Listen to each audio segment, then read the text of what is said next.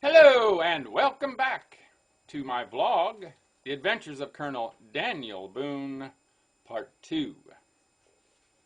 Thus situated many hundred miles from our families in the howling wilderness, I believe few would have equally enjoyed the happiness we experienced. I often observed to my brother, "You see now how little nature requires to be satisfied." Felicity, the companion of content, is rather found in our own breasts than in the enjoyment of external things.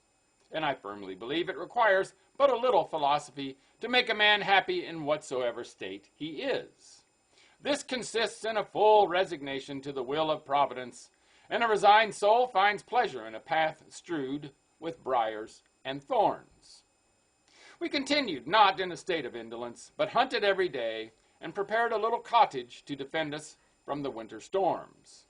We remained there undisturbed during the winter, and on the first day of May, 1770, my brother returned home to the settlement by himself for a new recruit of horses and ammunition, leaving me by myself without bread, salt, or sugar, without company of my fellow creatures, or even a horse or dog.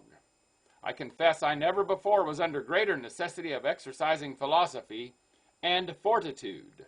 A few days I passed uncomfortably. The idea of a beloved wife and family and their anxiety upon the account of my absence and exposed situation made sensible impressions on my heart. 1,000 dreadful apprehensions presented themselves to my view and had undoubtedly disposed me to melancholy if further indulged. One day I undertook a tour through the country, and the diversity and beauties of nature I met with in this charming season expelled every gloomy and vexatious thought. Just as the close of day the gentle gales retired, and left the place to the disposal of a profound calm. Not a breeze shook the most tremulous leaf. I had gained the summit of a commanding ridge, and looking round with astonishing delight, beheld the ample plains, the beauteous tracts below. On the other hand, I surveyed the famous river Ohio that rolled in silent dignity, marking the western boundary of Kentucky with inconceivable grandeur. At a vast distance, I beheld the mountains lift their venerable brows and penetrate the clouds. All things were still. I kindled a fire near a fountain of sweet water and feasted on the loin of a buck which a few hours before I had killed. The sullen shades of night soon overspread the whole hemisphere, and the earth seemed to gasp after the hovering moisture. My roving excursion this day had fatigued my body and diverted my imagination. I laid me down to sleep, and I awoke not until the sun had chased away the night. I continued this tour, and in a few days explored a considerable part of the country, each day equally pleased as the first. I returned again to my old camp, which was not disturbed in my absence. I did not confine my lodging to it, but often reposed in thick canebrakes to avoid the savages who, I believe, often visited my camp, but fortunately for me, in my absence. In this situation I was constantly exposed to danger and death. How unhappy such a situation for a man tormented with fear, which is vain if no danger comes, and if it does, only augments the pain. It was my happiness to be destitute of this afflicting passion with which I had the greatest reason to be affected. The prowling wolves diverted my nocturnal hours with perpetual howlings, and the various species of animals in this vast forest in the daytime were continually in my view. Thus I was surrounded with plenty in the midst of want. I was happy in the midst of dangers and inconveniences. In such a diversity it was impossible I should be disposed to melancholy.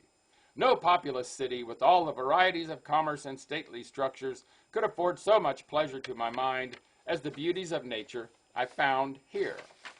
Thus, through an uninterrupted scene of sylvan pleasures, I spent the time until the 27th day of July following, when my brother, to my great felicity, met me, according to appointment, at our old camp. Shortly after, we left this place, not thinking it safe to stay there longer, and proceeded to Cumberland River, reconnoitering that part of the country until March 1771, and giving names to the different waters. Soon after, I returned home to my family with a determination to bring them as soon as possible to live in Kentucky, which I esteemed a second paradise, at the risk of my life and fortune. I returned safe to my old habitation and found my family in happy circumstances.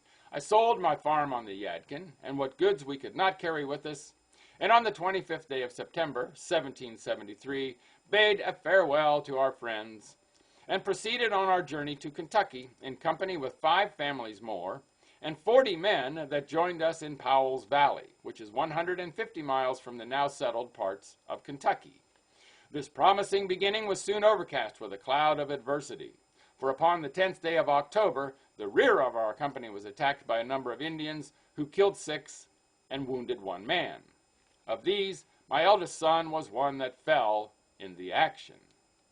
Though we defended ourselves and repulsed the enemy, yet this unhappy affair scattered our cattle, brought us into extreme difficulty, and so discouraged the whole company that we retreated 40 miles to the settlement on Clench River. We had passed over 2 mountains, viz. Powell's and Walden's, and were approaching Cumberland Mountain when this adverse fortune overtook us. These mountains are in the wilderness. As we pass from the old settlements in Virginia to Kentucky, are ranged in a southwest and northeast direction, are of a great length and breadth, and not far distant from each other. Over these, nature hath formed passes that are less difficult than might be expected from a view of such huge piles.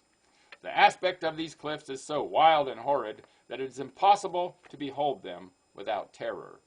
The spectator is apt to imagine that nature had formerly suffered some violent convulsion, and that these are the dismembered remains of the dreadful shock, the ruins not of Persepolis or Palmyra, but of the world.